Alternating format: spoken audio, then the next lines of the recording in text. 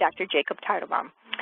Actually, probably the man who needs no introduction. He's been a frequent presenter on the Terry Talks Nutrition educational webinars.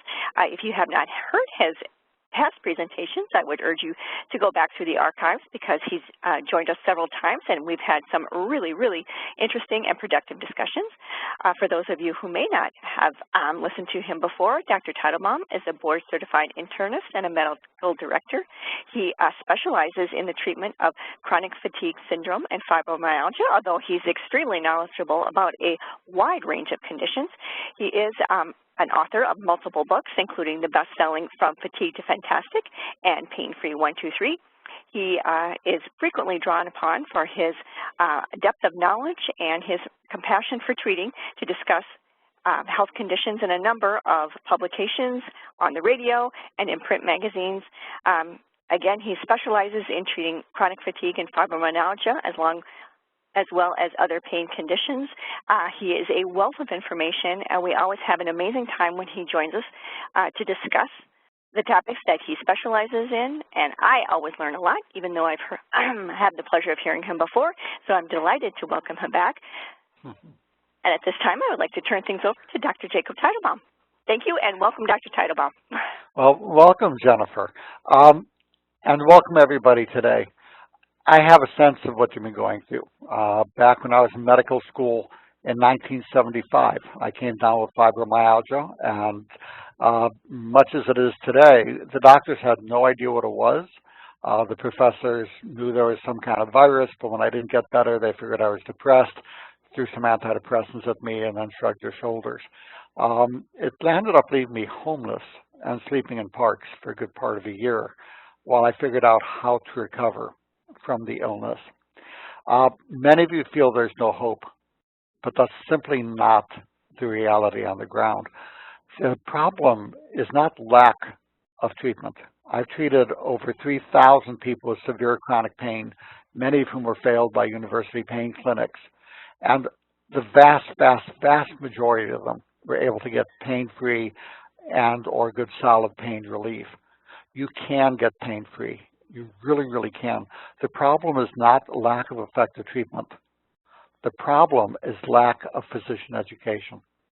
And fortunately, there are a lot of tools that you can use on your own to get yourself pain-free. And that's why I'm here today.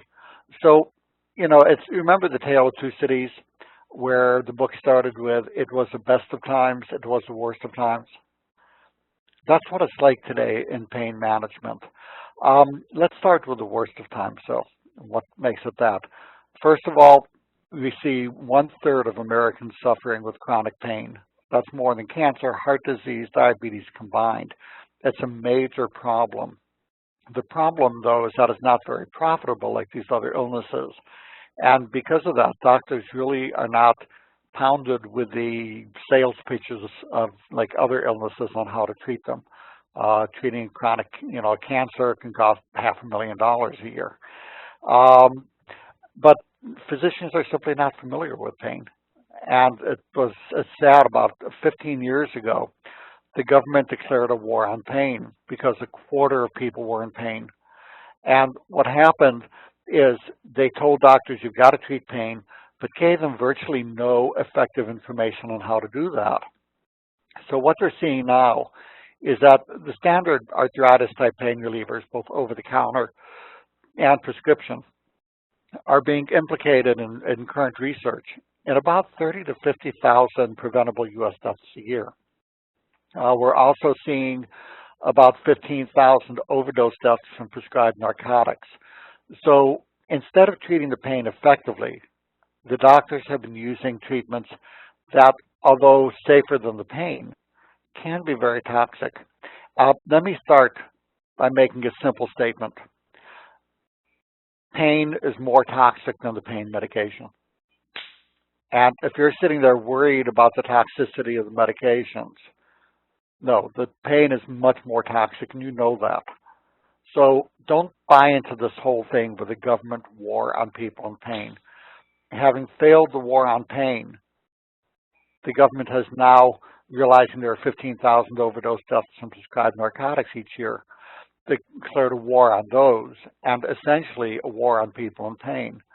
Many of you may have required narcotics and find that your doctors have been terrorized into not prescribing them anymore. Even with some medications that are very, very safe, like tramadol, the doctors are being terrorized. And basically, many of you feel like the rug has been pulled out from under you, that you're being left without any effective treatment for pain. This is a horrible and abusive thing to do to people. And eventually the government will get past this and on some other war.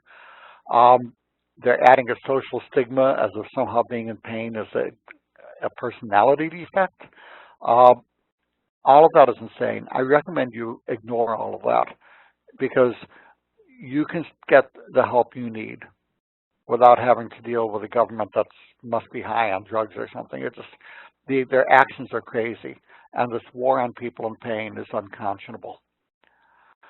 But the good news, as I said, in treating thousands of people with chronic pain over the years, I can count on my fingers. I now have to move to my toes. But out of thousands, there's less than 15 that I have not been able to get good, solid pain relief for, where people are really comfortable with where things are. Your pain can be effectively treated. We're going to give you a good start on that today. So, first of all, it's good to distinguish between an acute pain versus chronic pain. If you have your hand on a hot stove, it's good that you have pain. You don't want the first warning that you get being the smell of burning flesh. Pain is not an outside enemy or an outside invader. Pain is a natural part of our body telling us when something needs attention. The problem is, even though acute pain serves you as a warning, chronic pain does not. It is no longer serving a purpose, and it triggers an enormous cost to the person who has it. And I'm going to say once again, pain is more toxic than the pain medications. Let me tell you an old story. For those of you who worry that somehow, you're a bad person if you take your pain medications, there's a story about this old preacher who moved to Johnstown, Pennsylvania. Johnstown is known for its flooding. And when the floods are coming, the National Guard comes and it warns everybody, get out of town. And once again, they came through town, with the horns blaring, saying, time to evacuate, there's a flood coming, and everybody knowingly got up and left, except for one preacher. And the minister told the National Guard, I'm not going. I have total faith in God, and God will protect me. Meanwhile, they shrug their shoulders, they leave. The floodwaters come up, and he's up on the second floor window, and this Coast Guard boat comes by and says, get in the boat, you're going to drown. And the minister says, no, I have total faith in God. He'll take care of me. A couple hours pass, the minister's up on the roof of the house. A helicopter comes by, drops the rope and says, climb on, you're going to drown. And he says, no, I have faith in God, he'll take care of me. Meanwhile, they can't get him on the helicopter, off they go, floodwaters rise, blah, blah, blah, minister drowns. He goes up to heaven, he's storming around in a rant and a rage. And God walks by and says, what's all this? And the minister looks at him and says, how dare you let me drown? I had total faith in you, let me drown. And God just said, what do you mean I let you drown? I sent the Coast Guard, I sent the National Guard, I even sent a helicopter. Pain medications are like those. You get no brownie points in heaven for sucking up the pain and suffering. There are many treatments, natural and prescription. And I guarantee you, virtually all of you can get pain-free and comfortable. Know that. And know that it's okay to use what's needed to get your relief. For those of you who are on prescribed narcotics and need them, the narcotics are much safer than the chronic pain if used properly. So, and if you look at the slide, I'm not going to read all of these, but you know that the pain is more toxic than the pain medications, or the natural remedies, even more effective and safer. So many of you have been given what's called a Sophie's choice, basically a choice between two impossible choices. You can either be in pain or you can be dead from the pain medication. And that is a utterly ridiculous choice to give people. Sadly, many doctors only give the option to be in pain. So when you go to a doctor who gives you that kind of a choice, which is basically no choice at all, to be in pain or to be in pain, or you're having to choose between toxic pain medications that aren't giving adequate relief, you have other choices. I don't know how many of you are old enough to remember the old TV game show where it was, well, I'm going to choose door number 3 instead. That's what I would do here. Choose door number 3. And that starts by understanding that, as I mentioned before, pain is not an outside invader. Pain is like the oil light on your body's dashboard telling you something needs attention now. What our research has shown is that if you give the body what it needs, just like when you put oil in the light, what's the standard approach? You go to the doctor, your oil light's flashing, and the doctor says, well, let's put a Band-Aid over it. And that doesn't work out very well because the motor burns out. And they say, well, let's cut out the oil light. What if you just put oil in the car? What if it could be that simple? Because it can be in many cases. You give the body what it's asking for. You take a hand off the hot stove. You give it the things it needs. And what our research has shown is that the pain goes away when you do that. And we're going to spend a little bit of time talking about a double-blind, placebo-controlled research study we had done treating fibromyalgia using this model, giving the body what it was asking for. But the same applies to virtually every kind of pain. So the nice thing about fibromyalgia is that it includes almost every kind of pain, whether it's a muscle pain, nerve pain, brain pain, allodynia, all those different things are part of fibromyalgia, which makes it a good model. So hundreds of studies have also shown that natural options are very effective for many kinds of pain. The problem being, of course, that they're cheap, at least relative to the medications, and nobody will tell the doctors about them because there's no money in it. So let's take a look at what our study showed.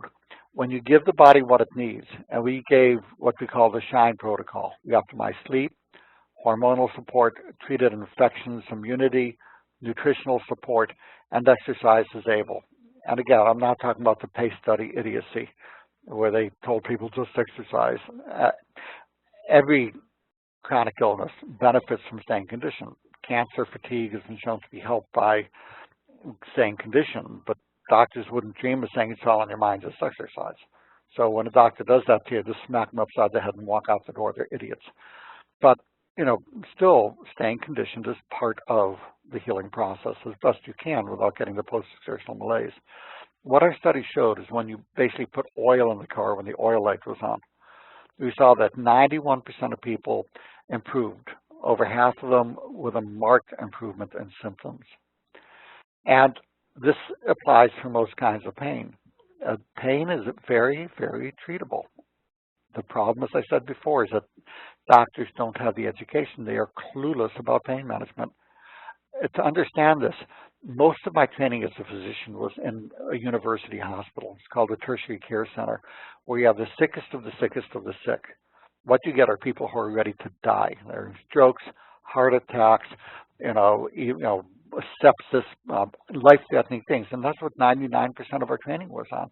We had maybe 4 hours a week, if that much, in an outpatient clinic treating things like pain.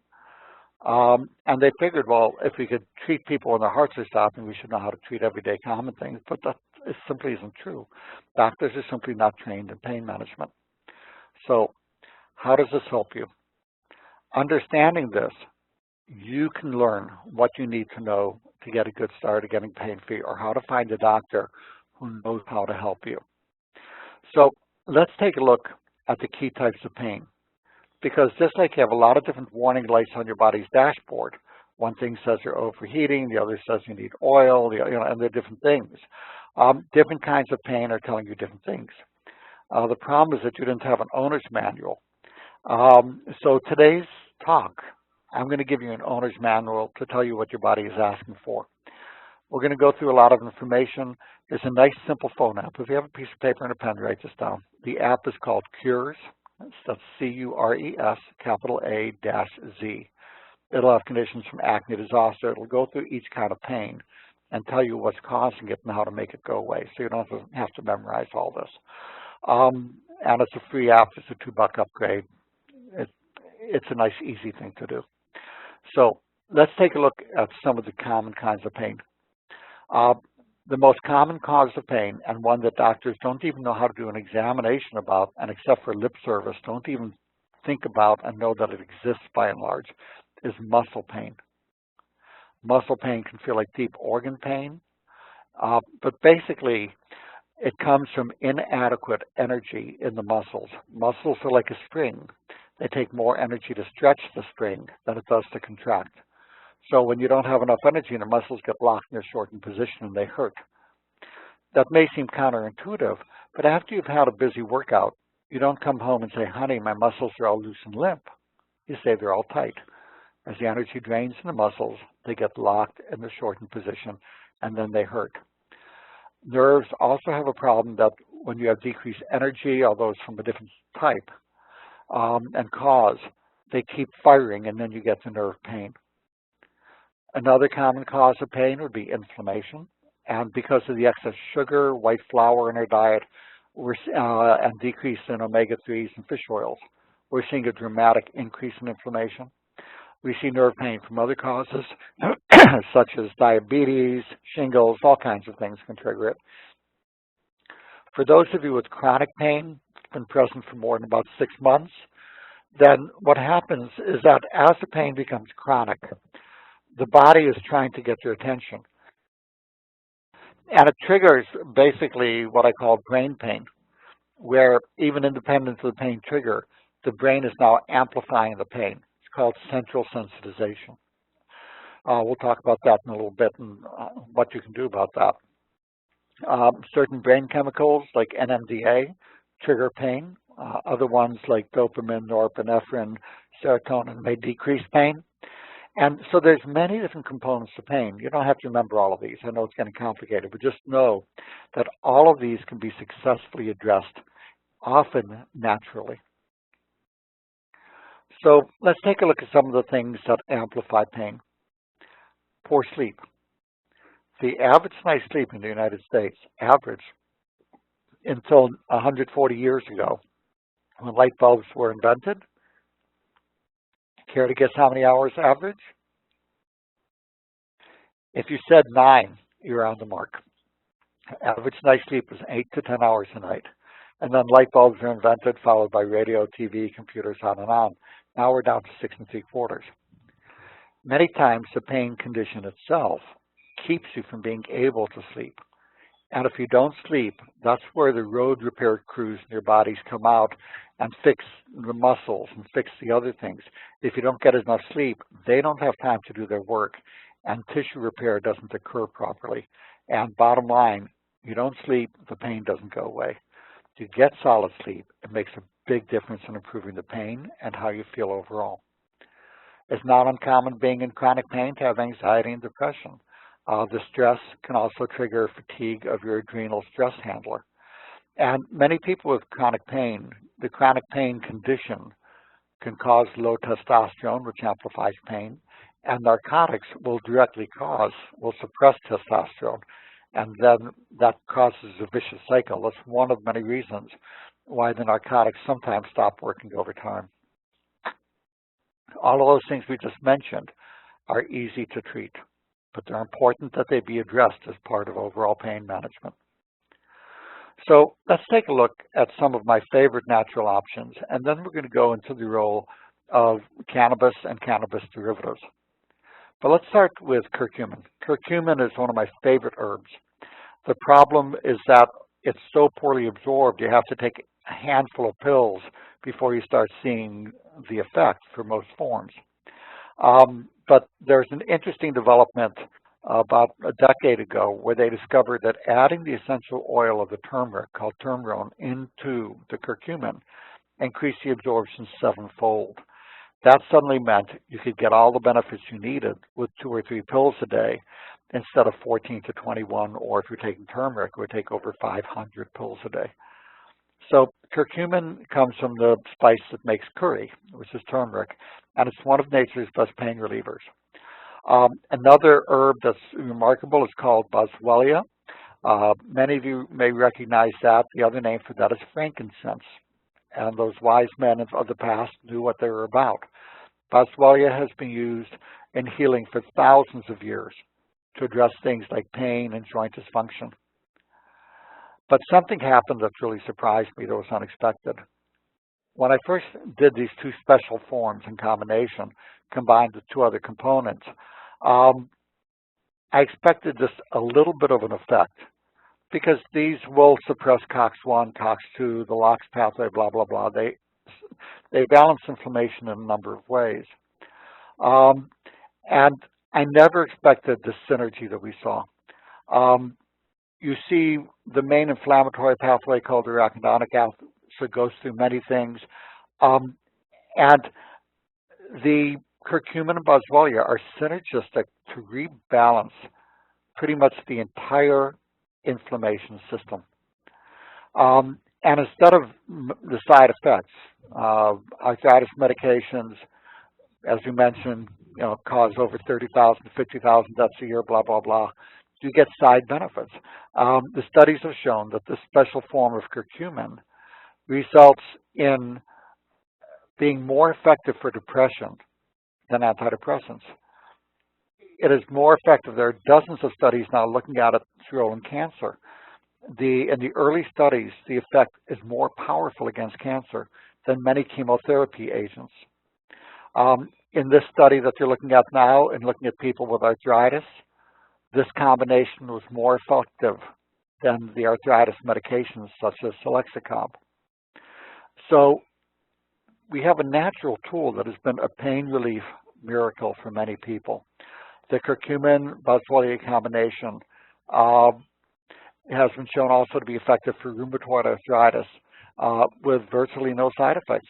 You have 14% of the medication group dropping out and 0% in the curcumin group. So, but there are two other components of the mix that I like. I like combining these special curcumin, and most curcumins don't work very well. You need this one special form combined with boswellia, and then D-L-phenylalanine, which basically raises dopamine, which helps suppress pain. It's one of your own body's pain messengers. But it also increases the levels of your body's own natural endorphins. These are your own natural, like the narcotic pain relievers, but they're totally safe.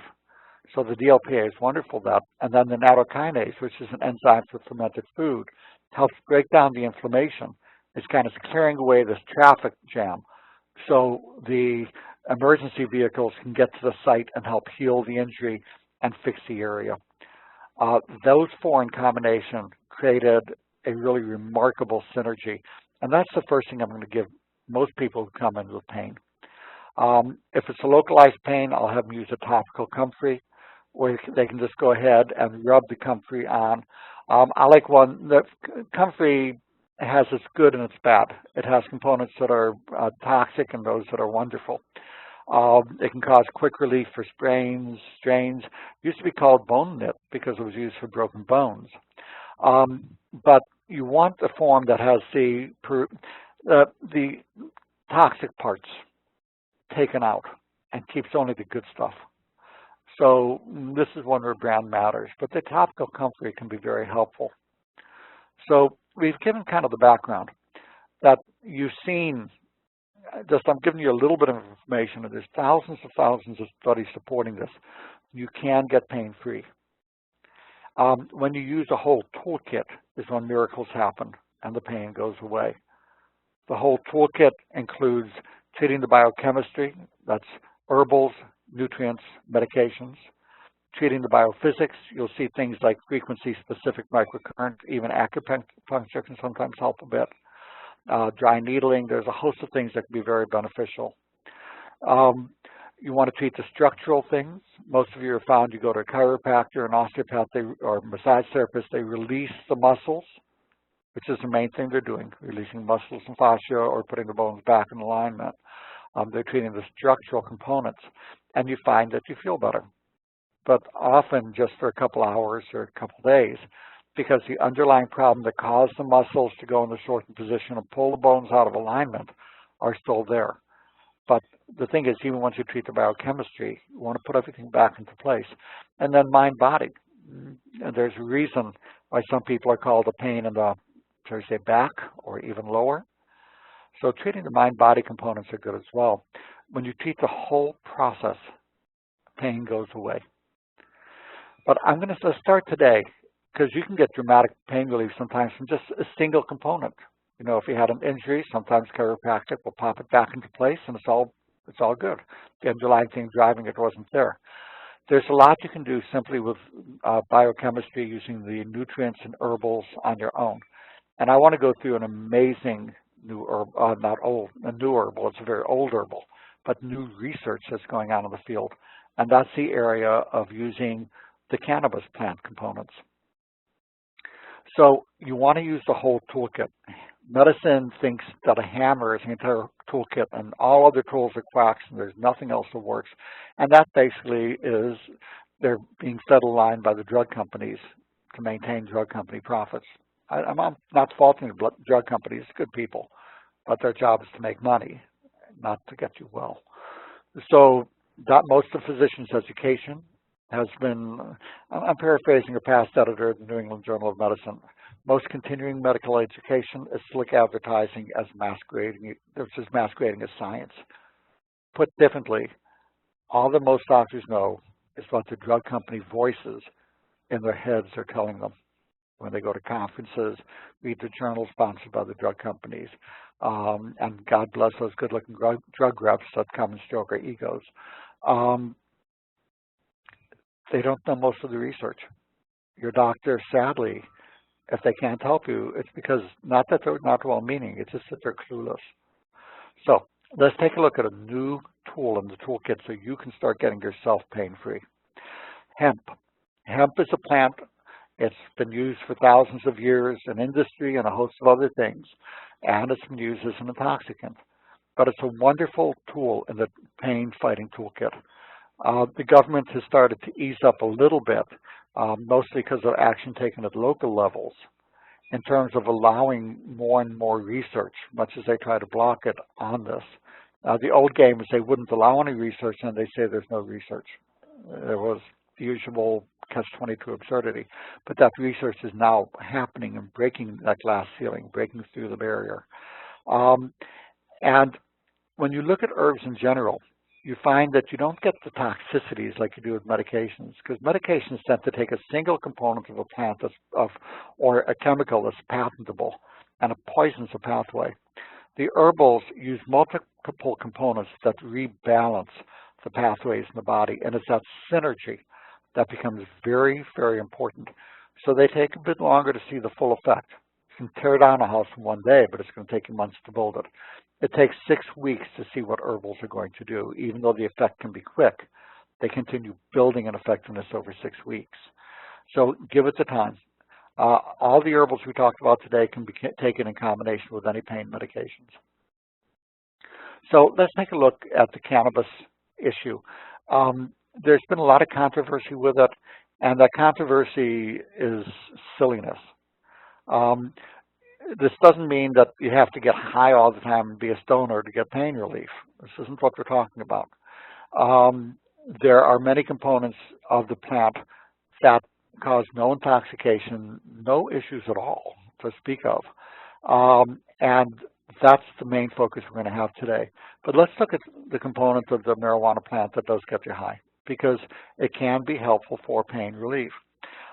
This is the most talked about component of marijuana. It's what the newspapers focus on, and the arguments about legalization, because that's where the drama is. And they ignore, well, you have a door number 3. You've got choices that have no risks to them.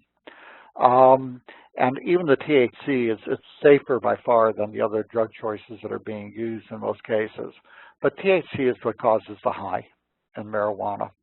And that has significant risks. For example, poor functioning, lack of motivation, and being arrested, just for 3 of them.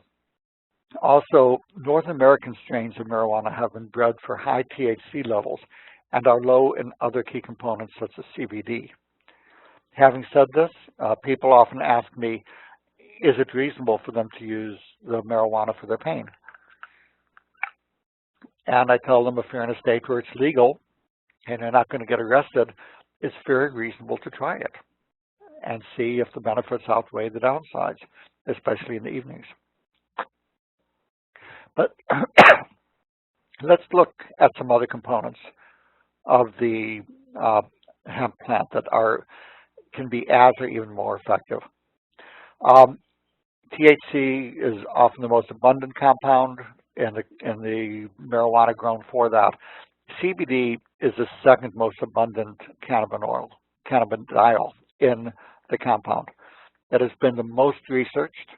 It has antioxidant, anti-inflammatory, and brain and nerve protective effects.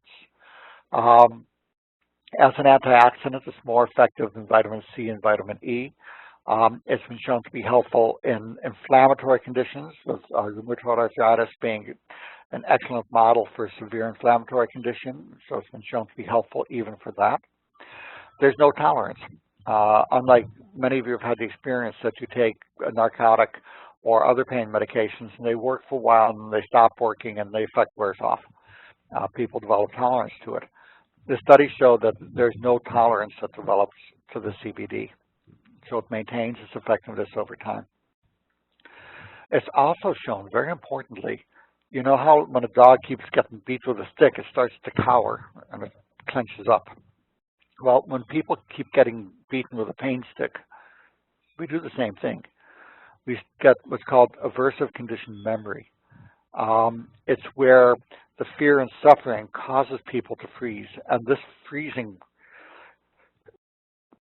itself can lock the muscles and fascia into a tight, vicious cycle where they get stuck in a tightened position. CBD has been shown to decrease that, which is really very remarkable. It also reduces experimentally induced anxiety or fatigue or fear. So it's important to realize that these natural compounds that are very safe are highly effective in a number of different pathways. Now, for those of you, as an aside, if you've had a history of severe trauma, PTSD, or abuse, you may find that you tend to stay in this hypervigilant, alert, frozen mode. It's kind of numb and hyper alert at the same time. And that causes, you've heard about the fight or flight reaction, where something comes up, you either run or you fight. But there's a third thing. What if you can't run and you can't fight? You're a child who has a drunk parent looming over them and screaming, or even worse things can happen. And what do? The third choice, fight, flight, or freeze. The fascia, which are the tissues that are like the sac that keeps everything in place for the muscles. This is a very alive, active tissue, and it goes into freeze mode. The thing is that for it to unfreeze, the body has a mechanism where it goes through this kind of a trembling thing. And, you know, have you ever watched a football game where you see 1,000 pounds of football player tackling this guy, and the guy's sprawled out on the ground? What does the coach say? He comes over, he says, shake it off. It's the same thing. That's how the body unfreezes, is by shaking. That goes through these trembling things. Animals do this very naturally, but humans often feel stupid letting that happen. So we suppress it, and because of that, layer after layer of freezings occur, and the tissues get locked in this immobile position. I'd recommend for those of you who have this experience of trauma in your life, get a book. It's a cheap book on Amazon called Waking the Tiger by Dr. Peter Levine. It costs like $10. It's something you can do on your own, so it's really free at that point.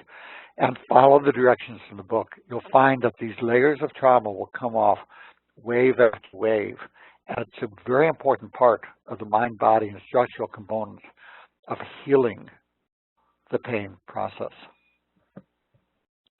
So let's take a look at some of the research on CBD and THC.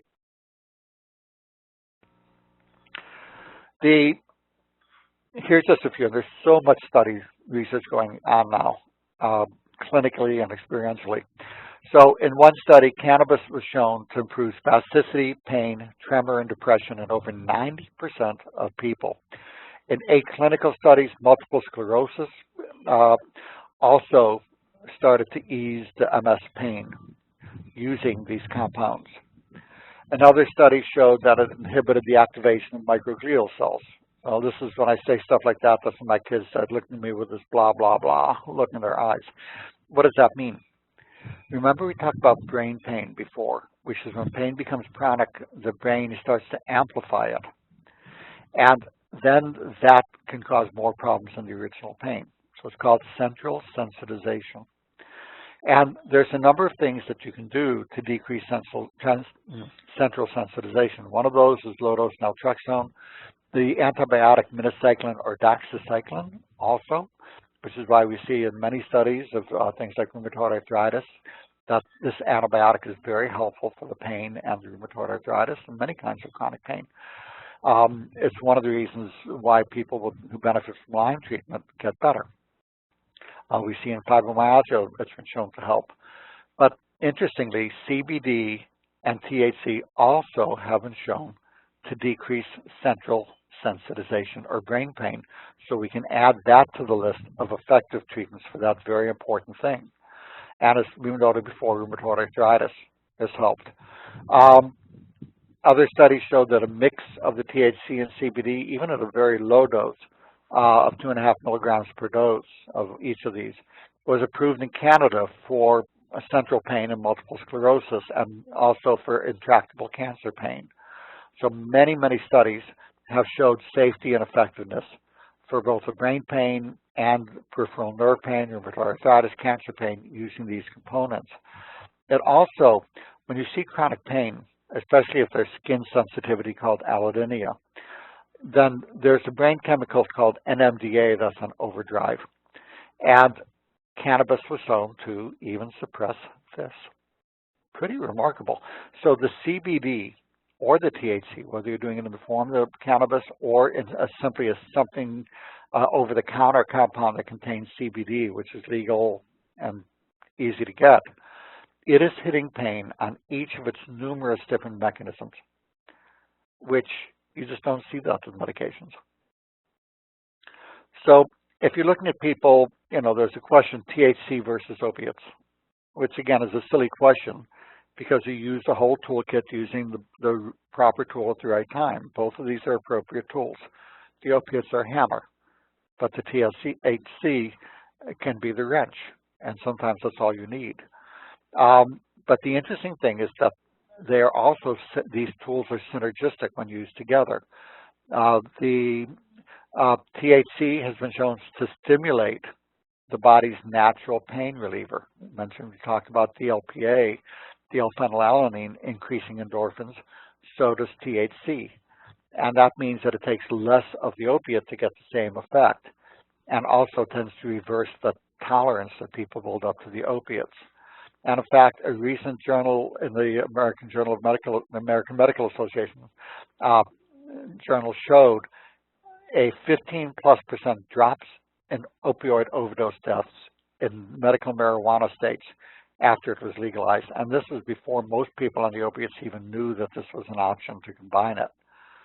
So we're seeing, after decades of opioid deaths accelerating, we're finally getting a drop. And with 0 deaths a year from THC and 15,000 from the opioid overdoses, the equation of mathematics here is simple. It's insane not to have people have the option to combine the best of both. When you're looking at studies on inflammation, THC is 20 times more anti-inflammatory than the medications, but without the toxicities. But again, cannabis works by bringing everything together. It's the synergy of its different compounds that really give it its power. So we talked about CBD has been shown to decrease pain, actually reduces seizures, it's antibacterial, helps blood sugar, a host of different things. helps anxiety. The THC, we talked about its components, but there are many other components. If you look at the CBC component, it has anti-inflammatory, antifungal. For those of you with irritable bowel syndrome or nasal congestion, sinusitis, postnasal drip, that suggests that candida overgrowth, and there's no test for it that's really worthwhile, you just treat empirically, may be a major driver for your pain. And when you treat the candida properly, I'm not talking about one pill of diflucan, that's a squirt gun to forest fire. When you treat it properly, the pain often decreases markedly, as well as the sinusitis going away and the irritable bowel. The CBG, interesting, we talked about some of the brain chemicals. An important one for pain is called GABA. If you look at Lyrica and Neurontin, these basically are mimics of GABA. The company says they work through sodium channel blockers, but they're basically GABA mimics. And GABA is like our body's natural Valium. And that helps relax the muscles, decrease the pain so the nerves can stop overfiring. It has a lot of benefits. So the CBG is a biggie in the things that it does by increasing the GABA levels in the brain. And then the overall cannabinol, the CBN, helps with sleep, bone density. So you're seeing a lot of benefits by the synergy of these compounds. Other components, and that's not it. You have the myrcene, basically the terpenoids are very important. The myrcene decreases pain activity. It actually seems to do it through an opioid-like mechanism because it's blocked by opioid blockers. It produces other anti-inflammatory and stomach protective effects. It also has a local anesthetic effect with some of the components. So there's many, many different components in the hemp oil that work together to optimize pain relief. So we're going to talk about dosing based predominantly on the CBD component because it's a way to standardize it, but it's really all of the things. So a good hemp oil will have 20% CBD.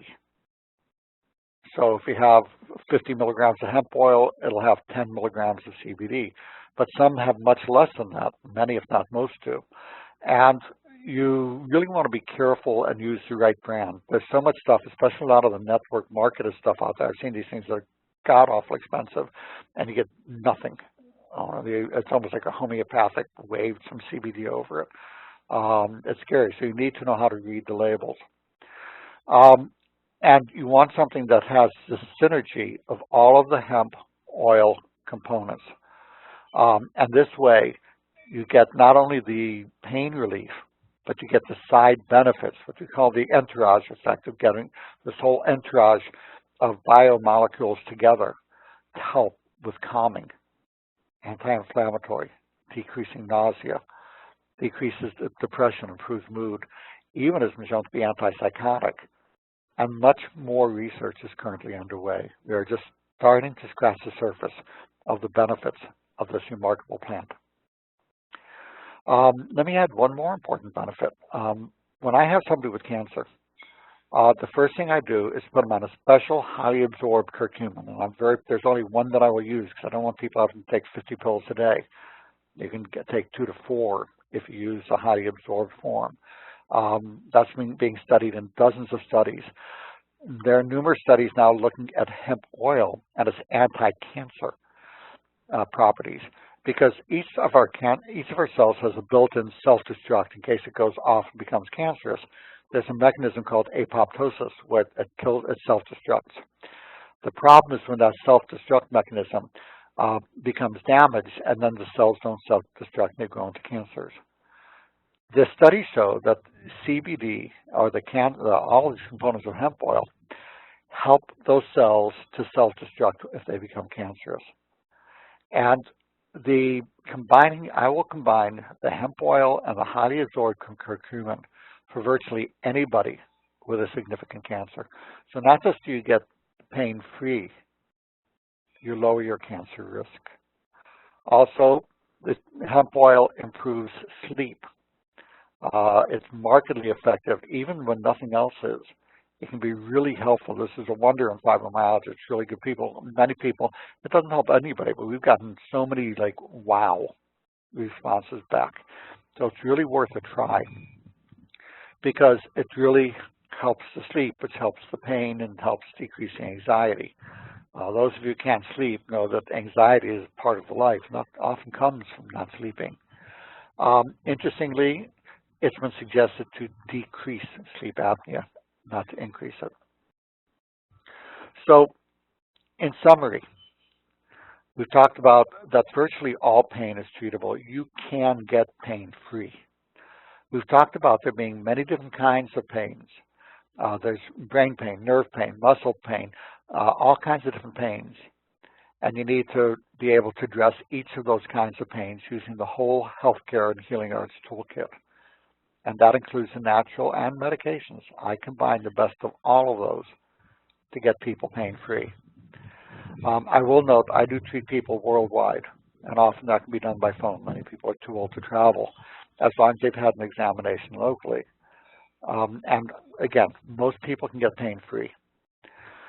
And we now have a new tool in the toolkit that's really helpful for this because we have the hemp oil components in synergy help to release the muscles, to help decrease nerve pain, balance inflammation and settle it down, help the brain chemicals get optimized and balanced, treat the brain pain itself, been shown to be helpful for joint arthritic pain, and even has been approved in Canada for cancer pain because the research was so strong.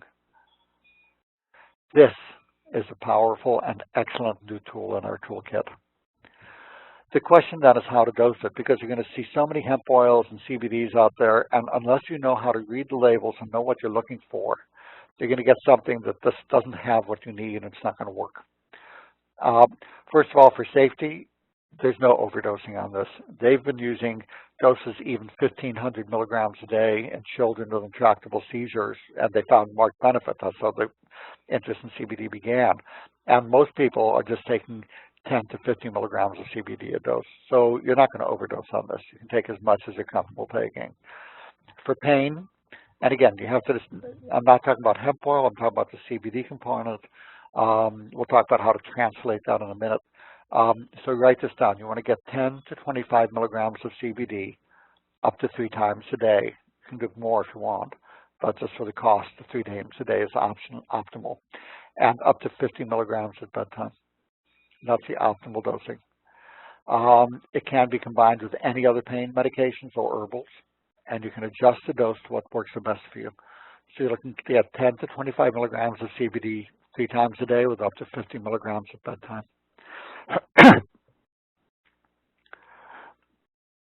But again, it's critical to get the right type of hemp oil.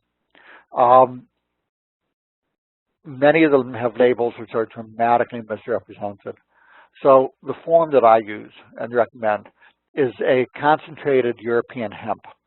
It's cannabis sativa, stalk, and seed oil. I recommend there are ones that are found in 50 milligram capsules that contain 20% CBD. If you look on the side in the small print, you'll see it says 20% of, and it'll be a big word that looks kind of like CBD. And then you'll know you have the right thing. So if you have 50 milligrams of hemp oil, 20% CBD, that means you're getting 10 milligrams of CBD per capsule, which is a beginning effective dose. For some of you, that will be enough, and give it time to see the full effect. And for others, you'll want to up the dose and see what works the best. You want one that has a full spectrum of the hemp oil components. As we talked before, they're all very important. That they're non-GMO. You want not to have a bunch of pesticides and herbicides. You want them to be clean. You want them to be carbon dioxide extracted so you don't change the molecules from being bioidentical. You want one that's grown really in a way that's monitored for effectiveness and safety, that doesn't have very much THC in it, less than 0.3%. That's what makes it illegal to get it over the counter. But this way you don't have to worry that it's going to make you high and not able to function. And it shouldn't be just CBD. It should be the whole hemp oil that contains the whole thing, all of the right stuff. So the bottom line is we talked about how you can get pain-free now. I am happy to stay here and take questions as long as Jennifer is willing to keep the webinar open. And again, ask away. I am on anything. It doesn't have to be just on this. It can also, this is not the game Jeopardy. It doesn't have to be framed in the way of a question. If you have a comment you want to share, share. No sales pitches, please, for things. Just share information and things you found helps. And ask. I'm here for you. So, all right, Jennifer, thank you very take much. it away. Yep. All right, thank you so much. And folks, if you have a question for Dr. Teitelbaum, all you need to do is click on the chat icon in the upper right-hand corner of your screen. You can also click on the question mark or the Q&A, and you can go ahead and type in your questions, and we'll read through them with Dr. Teitelbaum, and we will get the answers. The first one I got, Dr. Teitelbaum, I thought was a very timely question. This person wants to know if you think that the hemp oil would be effective for the pain associated with chronic Lyme disease, and are there any other suggestions you have for dealing with pain related to Lyme disease? Absolutely. It's important to understand that if you have difficulty sleeping with your Lyme disease, you probably have a secondary fibromyalgia. There are many things that cause an energy crisis in the body and cause people to blow a fuse. And when that happens, when the energy goes down, you get the pain, and then you trip the circuit breaker, and then you can't sleep, you get brain fog, you've got exhaustion, you've got all these other things. Lyme is one of many things that do that. And what our research has shown is that people with Lyme recover much better when you treat the entire process with the SHINE protocol we talked about, optimizing sleep, hormones, infections, one being Lyme, nutritional support, and exercise as able. There's a free computer program because the key for this is optimizing energy production so the muscles release, the brain circuitry turns back on, and your immune system can recover to fight the Lyme. The doxycycline has the benefit of decreasing central sensitization, but if you go to a website, write this down, www.vitality101.com. There's an enormous amount of information on fibromyalgia, and that includes Lyme disease.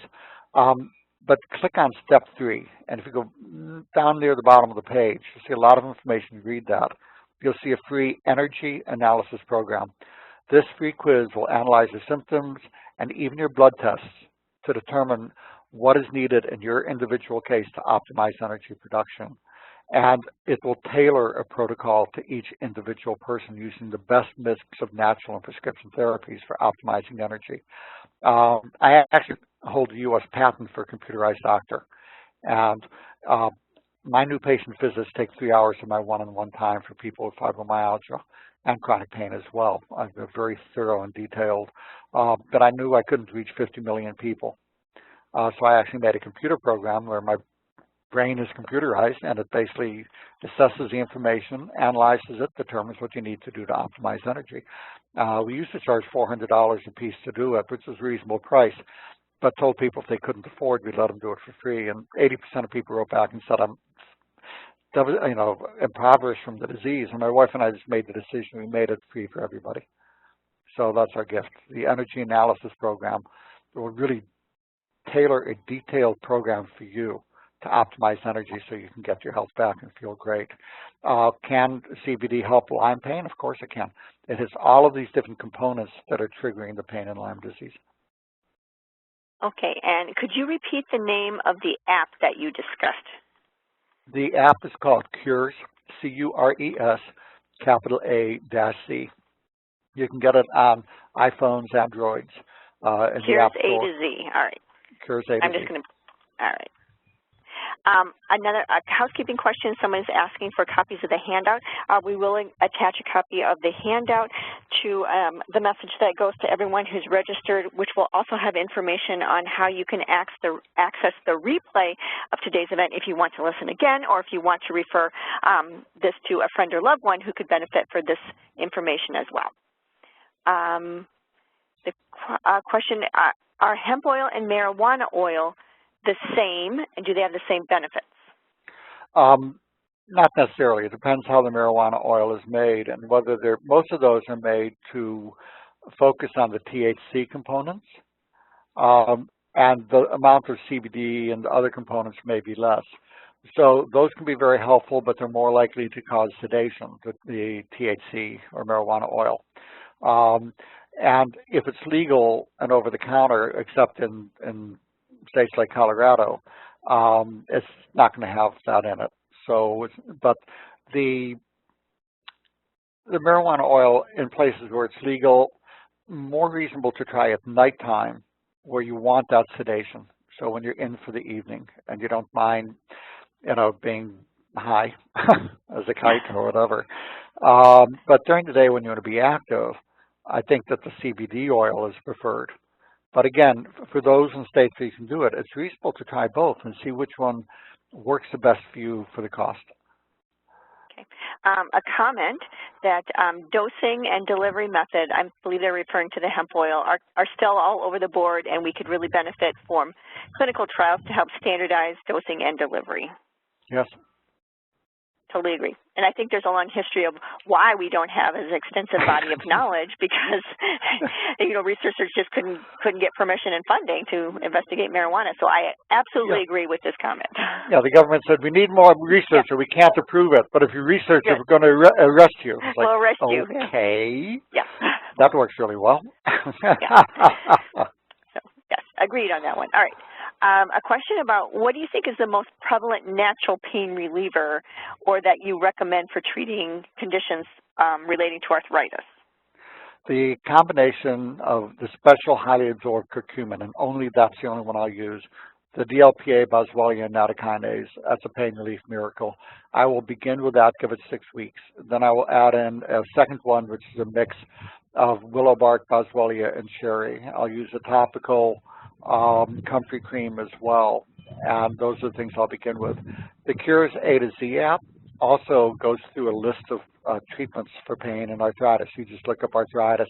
It's just all listed, short, sweet, simple bullet points. Yep. What is the most effective method for CBD? Smoking, vaping, drops under the tongue, swallowing, etc.? Swallow. Take the CBD pill. Let it get in there that way. Whether it would work as well as sublingual is not clear. There are benefits to the topical, and you can pop the capsules and rub it over the area as well. But it depends on the pain. If it's just a localized pain and you're able to sleep well, no anxiety, but you just have a local pain, pop the capsule and rub the oil into it. But otherwise, if you're having more body-wide pain, take it by mouth. Yeah. Excellent question. Next, what about people who have to undergo mandatory drug testing? Any issues with CBD? Yeah. The CBD is reported not to show. Yeah. And I agree. It was my understanding that these tests are looking for THC, so as long as you're purchasing a reputable product that's guaranteed 0.3% or less THC, there should not be a problem, but check with your HR department too. Yes. A question, why European and not U.S. hemp? They tend to be more conscious of being able to grow it without the GMO. In the United States, getting things non-GMO, the government beats them up for trying. And avoiding the pesticides and the rest can be more difficult. So also, they have the ability to grow it there. So you can find good brands either way. The key is knowing the sources and the quality, potency, and purity. For this is why brand matters. Yeah. Which, speaking of brand, a couple people have asked for specific brand recommendations. Because today's is an educational presentation, we don't discuss specific brand names, but hopefully we've given you the information that you need to track down a reputable product. All right. I'm skimming through to see. And, a question about, have you incorporated the use of hemp oil in your SHINE protocol? Yes. By the way, Jennifer, let me give something for folks.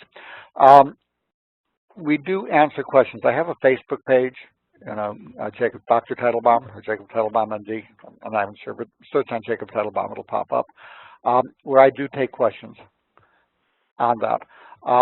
People can email me if they're short questions. Long questions, they really need a doctor visit because they're more complex.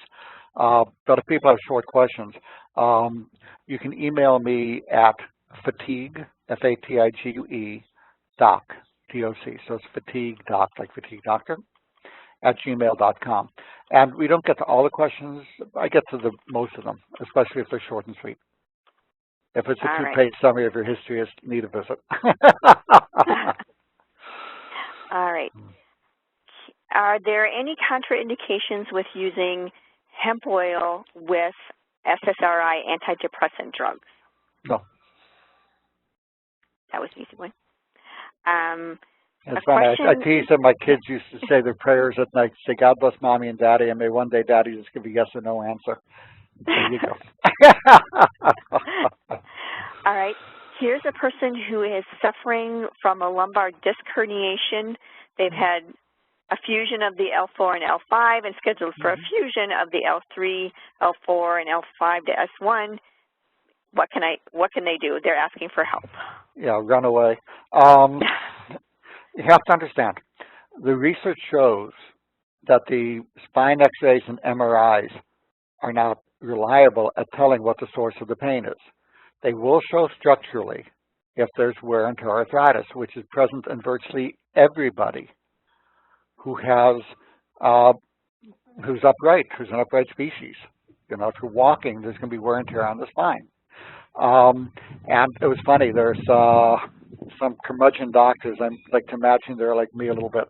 And they were noticing everybody who was sent for an X-ray or MRI for back pain came back, oh my God, horrible disc disease, amazed they can walk, blah, blah, blah.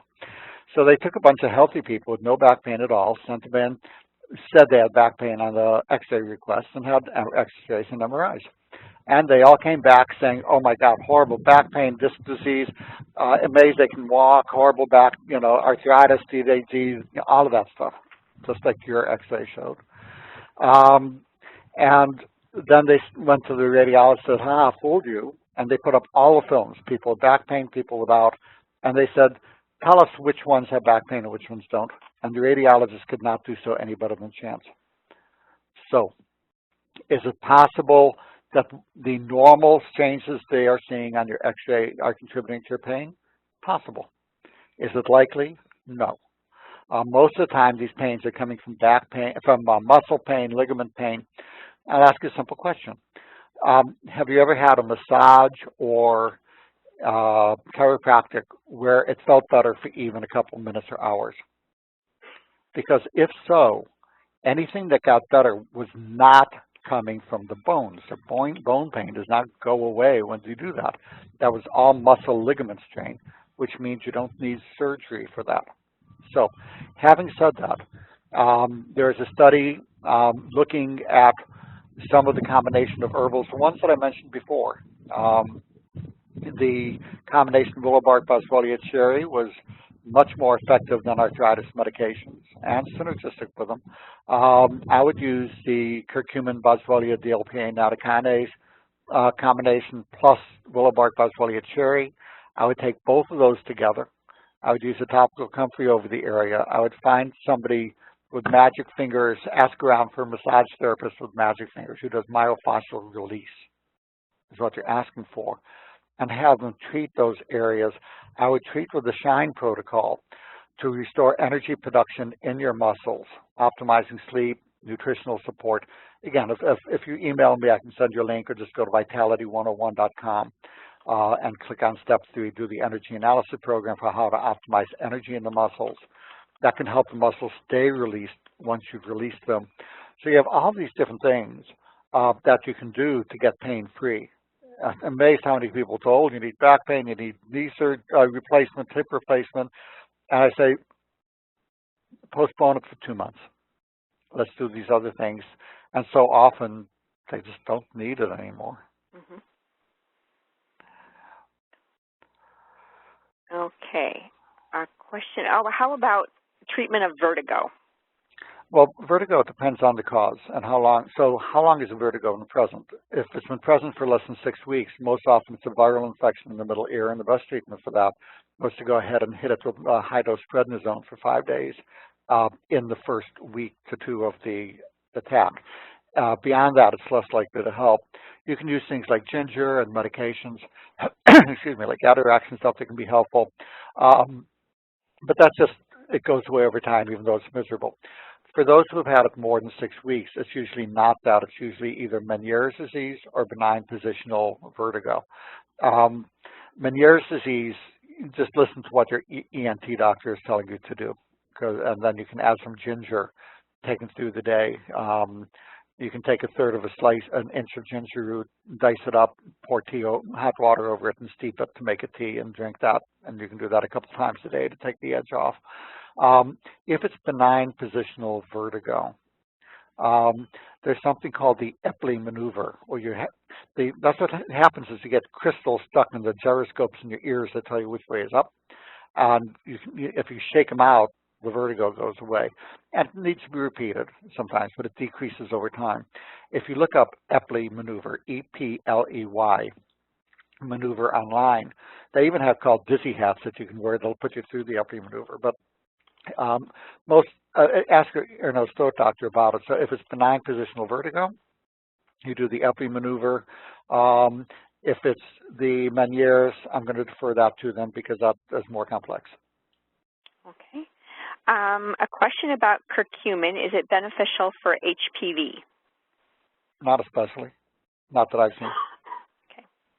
I'm scanning through for other questions. Oh, sickle cell disease, and particularly would hemp be safe for a pregnant woman with sickle cell disease? With pregnancy, I'm a little leery, even though Indian women are eating curry all the time, so it doesn't seem to cause any problems. The hemp hasn't been studied in pregnancy, so I'm going to say we don't know. Mm-hmm. But on the other hand, there's been no reported increase in birth defects that I've seen from people who smoke it. So the proper answer is I don't know. For the sickle cell disease, there's a lot of other things you want to look at. You want to look at the pain, coming from the little clots that are basically triggering that. But the chronic pain has been going on, and you want to look at something called low-dose naltrexone, where you take 4.5 milligrams a day. If you're on narcotics, you can't use it. But otherwise, 4.5 milligrams a day at bedtime, after 6 to 8 weeks, can often markedly decrease the pain on that. So sickle cell is a very different kind of pain, but it is very, very treatable. But again, the doctors are pretty clueless. But ask about the low-dose naltrexone. You'll need to find a holistic doctor for that. Okay. How about a question about CBD interaction with blood thinners? They had read that it affects an enzyme in the body that affects how certain drugs are metabolized through the liver. What I'm going to say depends on which blood thinner. If it's Coumadin or warfarin or Coumarin, do not take anything, natural prescription, without the doctor rechecking the bleeding time, the INR blood test, about a week later, because anything can throw it high or low. Having said that, as long as I'm checking the bleeding times a week later, and maybe even again 2 weeks later, whenever I make a change, I'm comfortable using it in people, and I will adjust the Coumadin if needed. For the other blood thinners, I'm not really worried about it so much. But again, legally, I defer to your doctor, of course, with that. Yeah. Oh, well, one other thing. If you're on blood thinners and you have trouble with regulating the dosing, what the study shows is that adding vitamin K, 100 units a day, 100 micrograms a day, actually, causes that to smooth out. And in fact, many studies are recommending that anybody on Coumadin should take vitamin K 100 microgram. Find a multi that has that in it. Your doctor said, but the vitamin K reverses that. No, at massive doses it reverses it. At that dose, it causes improved outcomes and functions, study after study after study. But just to be aware of that, if you're not having trouble, with regulating the dose, then it's not an issue. Okay, so circling back to the HPV question, so what would you recommend for HPV? There's a number of different antiviral kind of things. Lemon balm has been shown for the HHV to be helpful. HPV, Jennifer, I'm going to punt that to you. What are you recommending for the antivirals these days? My favorite one is propolis, which there's some really interesting studies out there on propolis and its antiviral effects. And I will say this is just an anecdotal report, but I had a dog who developed a wart on her lip. And so warts are virally based.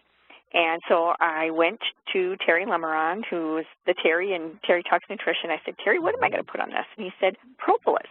So I got propolis as the cream, and I started applying it. And like a week passed, and it got really black and started looking nasty.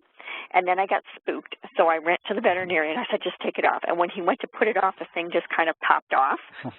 So it was going to fall off. The propolis had actually done its work, and so if I had just left alone, it would have fallen off, and I could have saved myself a vet bill. But there you go. There you go. Now you see why I punted that one to Jennifer, guys. Yeah. Question about DLPA and any potential effects on blood pressure. Not really. I mean, in real life, no. Potential, yeah, I could theorize mechanisms of stimulating dopamine and norepinephrine and blah, blah, blah, and going through different things, but not really, no. All right, I think we have made it through almost all of these questions. Post-herpetic neuralgia pain, CBD oil, question mark? Reasonable, and I would even consider the topical as well as the oral. But what I would do for the post-herpetic neuropathy, well, it depends again how soon after as well.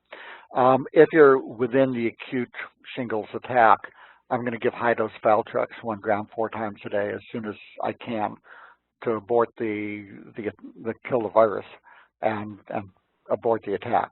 And you want to nip that in the bud. But when you have months later, you have the pain, look up on Cures A to Z. It'll go through more detail, or my book Pain Free 123, look up the chapter on neuropathy. But find a holistic doctor. Certainly do these other things and give them time.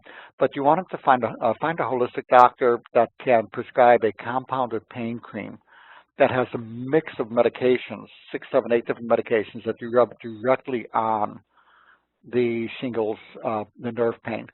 And after about 2 to 6 weeks, that can markedly bring it down with no side effects. Some people find that topical capsaicin, they have one when they're actually medicalizing it now, can be helpful, but I'm a little leery of that one just because it's overstimulating a bit. I prefer the other ones first. There's a host of medications, Durantin, Elevol. I use a combination of both of those at bedtime in my people with post-herpetic neuralgia and neuropathies in general. I'm going to give lipoic acid, 300 milligrams twice a day, and acetyl L-carnitine, 1,000 milligrams twice a day. I know I'm rattling this off, but just look at the Cures A to Z app, look up neuropathy, and it's there. Okay. I think we got through. It's just been a stream of chat messages coming through.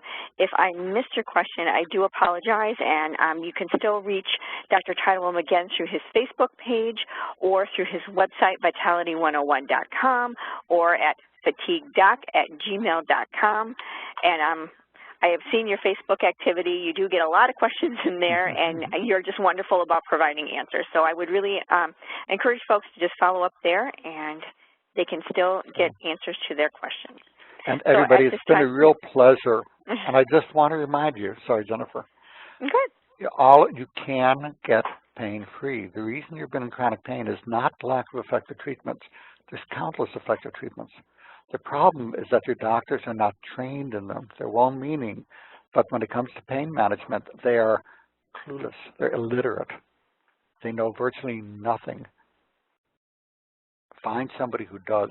There's the Academy of Integrative Pain Management, if you look that one up.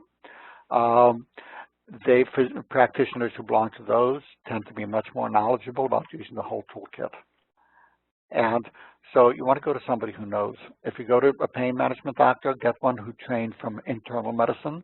They're more likely to do muscle pain, where if they came from anesthesia, they just want to poke, needles in your brain and other places to insert things. And both are needed. But for most pain, you want to start with somebody who started from internal medicine. You can get pain free. You really, really can.